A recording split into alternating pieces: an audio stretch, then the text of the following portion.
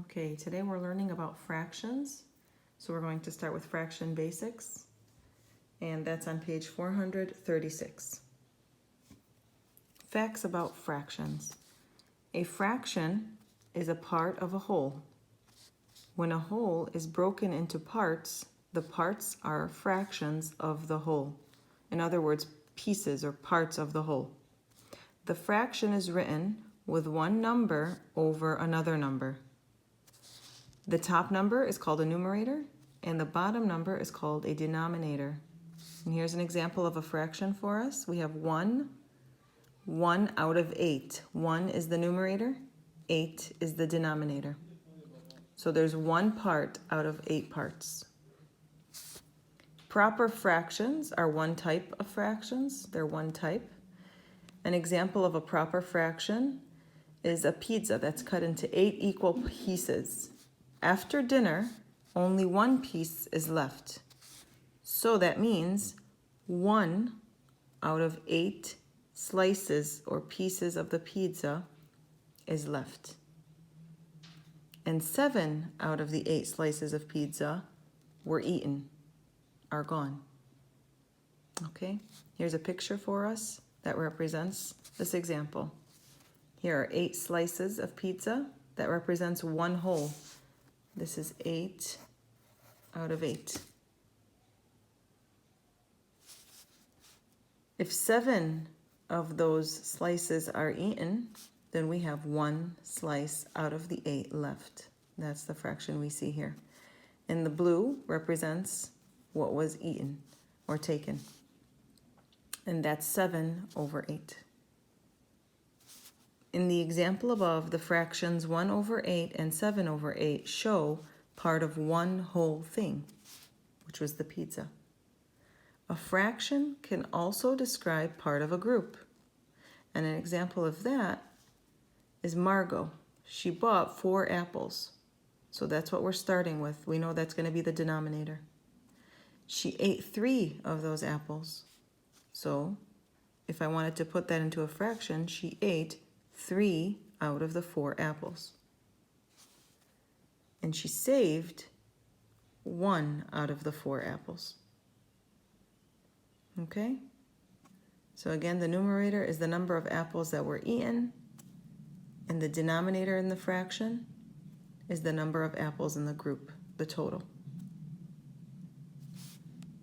Fractions like 1 over 8, 7 over 8, 1 over 4, and 3 over 4 are called proper fractions.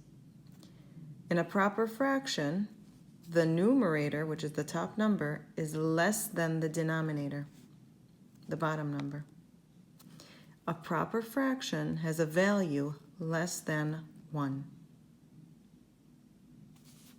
So, for example, 3 is less than 4. So 3 over 1 is a proper fraction. Same for 1 over 8 because 1 is less than 8. Also here, 7 is less than 8. Or 1 over 4, for example, 1 is less than 4. So anytime the numerator is less than the denominator, it is considered a proper fraction. Here's another example. This rectangle has been divided into 8 parts. Here's the rectangle. We have 8 equal squares. Okay? 3 parts are shaded. So 3 out of 8 of the rectangle is shaded. In the proper fraction 3 over 8, the numerator 3 is less than the denominator 8. The value of 3 over 8 is less than 1 because the shaded part is less than the whole rectangle. And again, reading it, we can say, okay, 3 parts are shaded out of 8. We can tell that the numerator is less than the denominator, which makes this a proper fraction. Also, looking at it, okay, we see there are 8 equal parts, but only 3 are shaded. So just by looking at it, we can tell if not all of the boxes or equal parts are shaded, then we have a proper fraction. less than the 8 are shaded. Only 3. Here's more practice with that skill. On page 437, we have write the fraction that names the shaded part. The first one is done for you. So here we have 4 equal parts. It's important to find out how many equal parts we have because that's going to be our denominator. So here we have 4 equal parts. That means 4 is the denominator. How many of those parts are shaded is the numerator. So here we have 1 blue square. 1 part out of the 4. That means 1 over 4 is our fraction. Okay? Looking at number 2, for example, we have 3 whole parts. 3 whole parts. 3 is our denominator. The numerator is how many wholes are shaded. And that's 2. So 2 out of the 3 are shaded. That means 2 is my numerator. Okay? So that's what you're doing for numbers 1 through 6. Now, in part B, you have to divide and shade the figure to represent the given fraction. The first one is started for you. Okay, so we have 4 over 5. Again, they give you the picture, whether it's a square, a rectangle, or a circle, and you have to divide it evenly into whatever the denominator is. So here we have 4 over 5. That means in this rectangle, you had to have 5 equal parts. How many of those parts are supposed to be shaded is the numerator. 4 of them in this case are shaded. Let's look at number 8. We have 3 over 4, and we were given a circle to represent this fraction. So we have to divide our circle into 4 equal parts, and we have to shade in 3 of those 4. So you can do that with your pencil. Okay, that's 3 out of 4. Okay, that's what you're doing for 7 through 12. Part C are story problems. You have to solve each story problem. And please remember to show your work for credit. I'm going to look at number 16. 15 and 16 are unique because you have to subtract. You have to find a difference first before you can put it into a fraction. Let's look at 16. Donna's basketball team won 7 out of the last 15 games. What fraction of the games did her team lose? They tell us how many they won, and they tell us the total games. Of the last 15 games, which means that is your denominator, they've won 7. Now, the question is asking what fraction of the games did her team lose? In order for us to find out how many games they lost, how many of the last 15 games they lost, we have to subtract 15 minus the games that they've won, the amount of games they've won. So 15 minus 7, we had to borrow, right?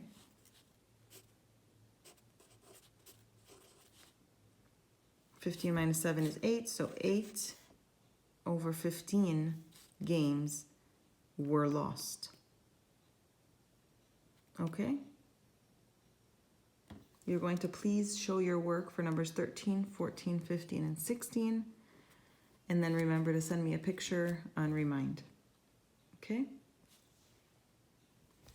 We're going to go on to page 438. Page 438, which talks about improper fractions and mixed numbers. There are 2 other kinds of fractions in addition to proper fractions. So on page 436, we learned about proper fractions, and we said that proper fractions have a numerator that is less than the denominator. The other 2 kinds of fractions are improper fractions and mixed numbers. An improper fraction has a numerator that is greater than or equal to the denominator. I'll read that again.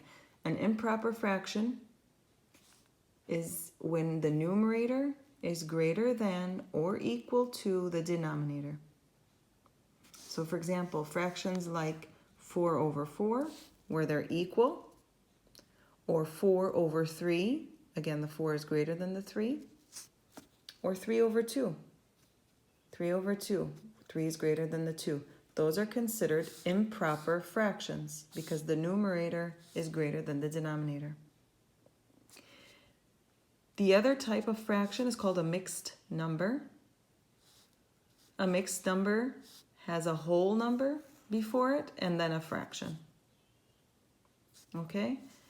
And this also, just like an improper fraction, okay, they both can show a value that is greater than 1.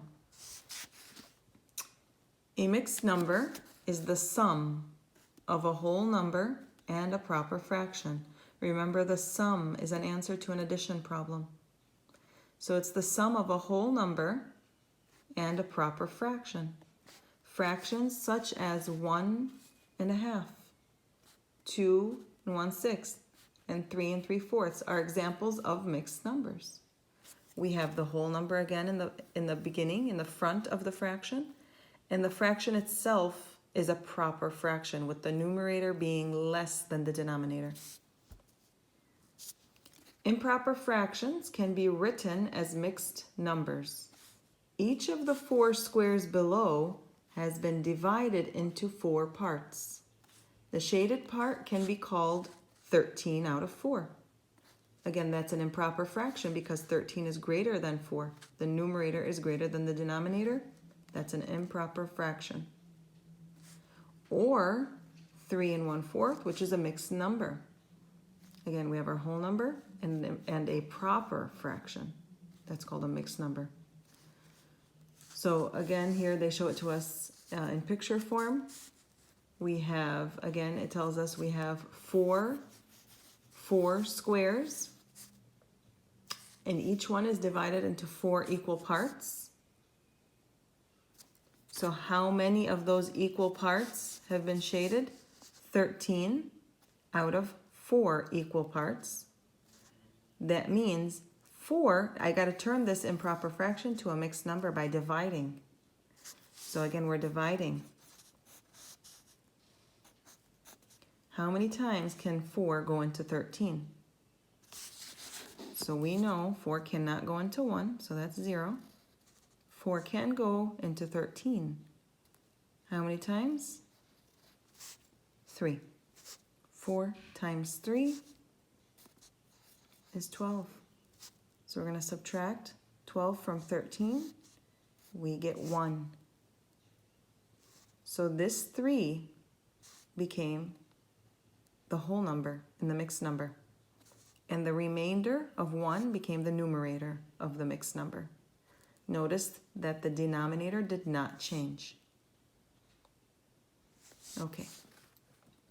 Changing an improper fraction to a mixed number. Here's an example. We have 9 over 5, and they want us to write this improper fraction as a mixed number. Divide the numerator by the denominator, just like we did in the example above. In this case, there is a remainder of 4. So write the remainder over the original denominator. When there is no remainder, the improper fraction equals a whole number. So for example, we had to divide 9 by 5. This was an improper fraction.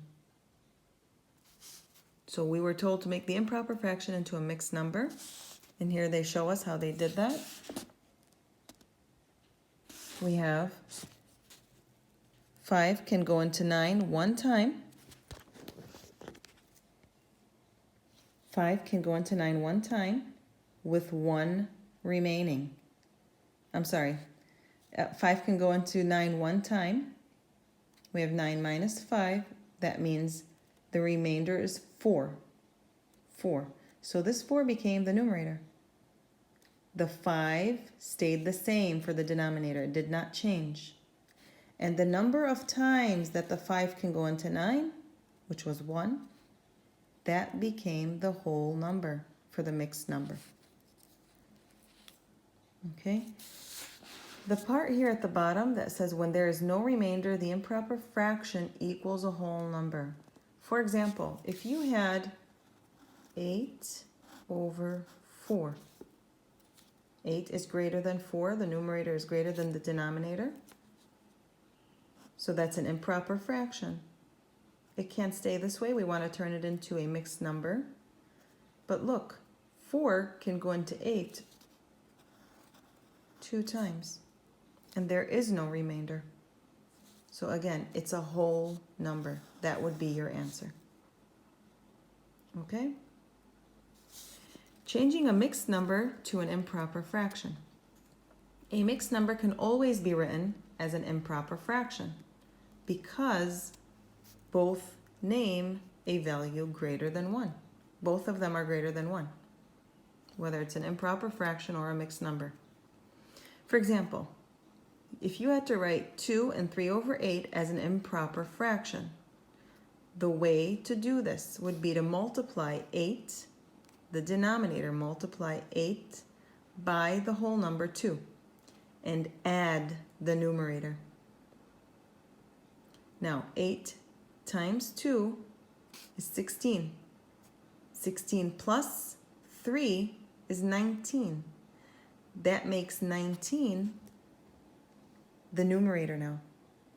And again, the denominator did not change. Okay? Here's a tip. You can also change a whole number to an improper fraction by writing it over a denominator of 1. So anytime you have a whole number and you want it, let's say you were adding fractions, it's good to put a whole number over 1 so that you can make the denominators the same if needed. Okay? We'll get into fraction operations in the next lesson, in the next video.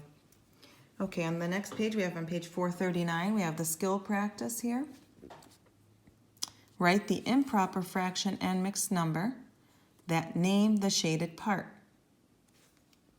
The first one is done for you. Number 1,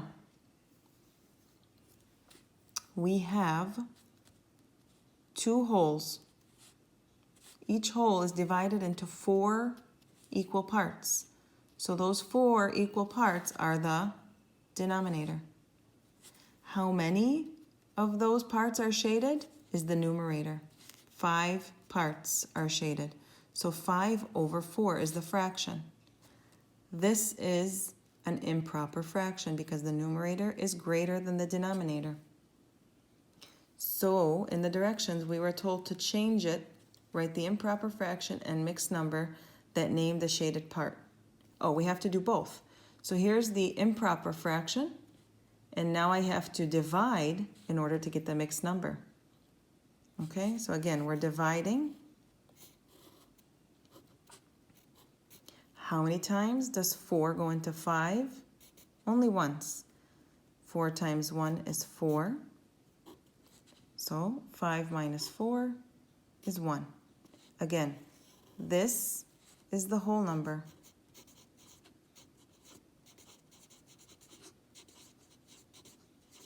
Of the mixed number. And this is the numerator of the mixed number. Okay? So again, 1, and the remainder was 1, so that's the numerator over the same denominator, 4. Okay?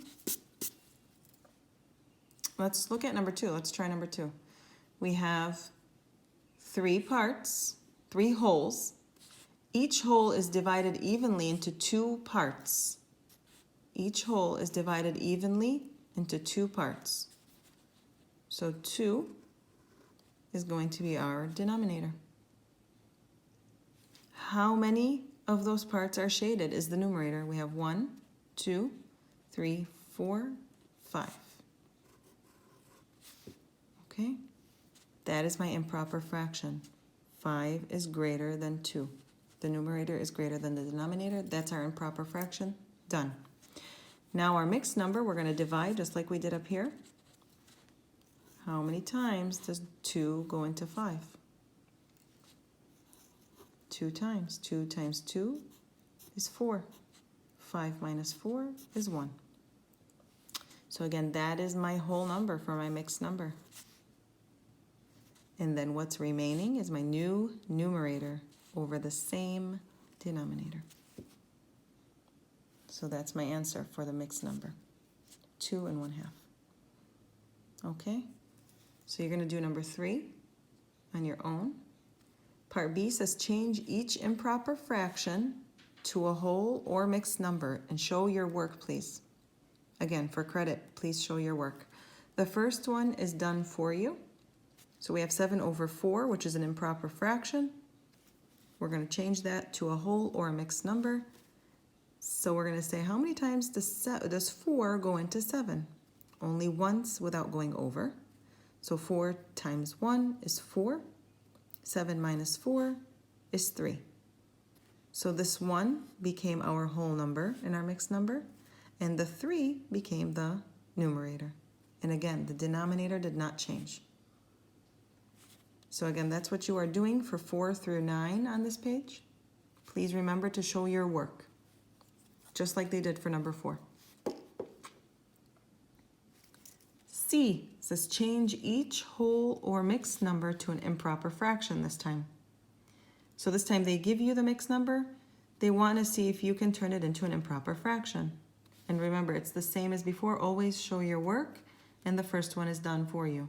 So we have 1 and 5 over 6 is our mixed number. To change this to an improper fraction, remember, we're multiplying the whole, the denominator, which is the whole, times the whole number of the mixed number. So 6 times 1, and then we're adding the numerator.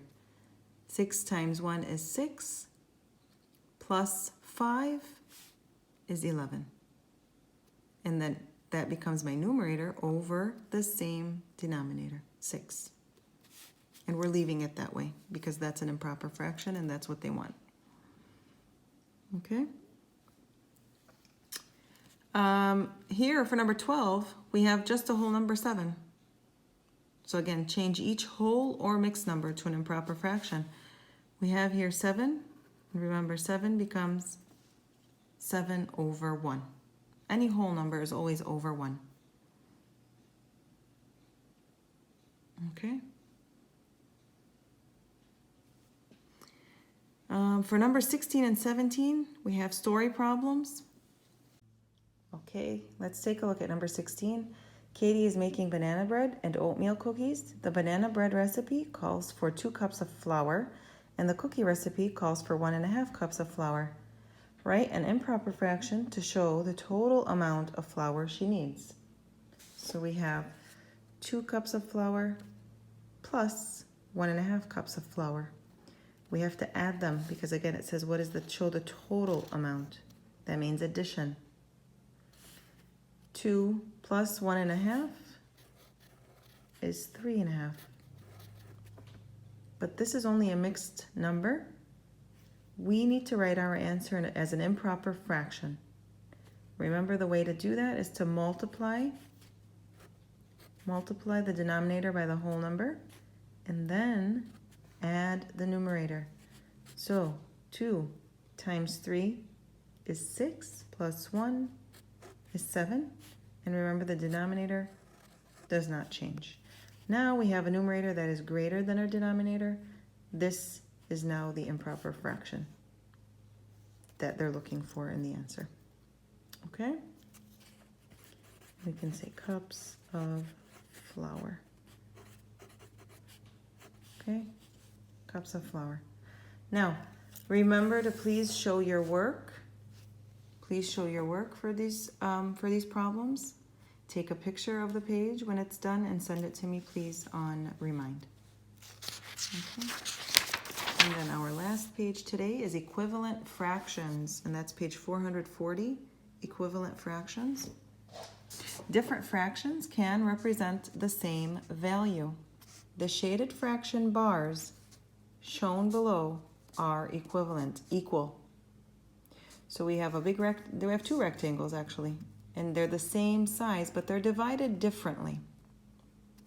One is divided into just 2 equal parts, while the same size rectangle is also divided in another picture into 8 equal parts.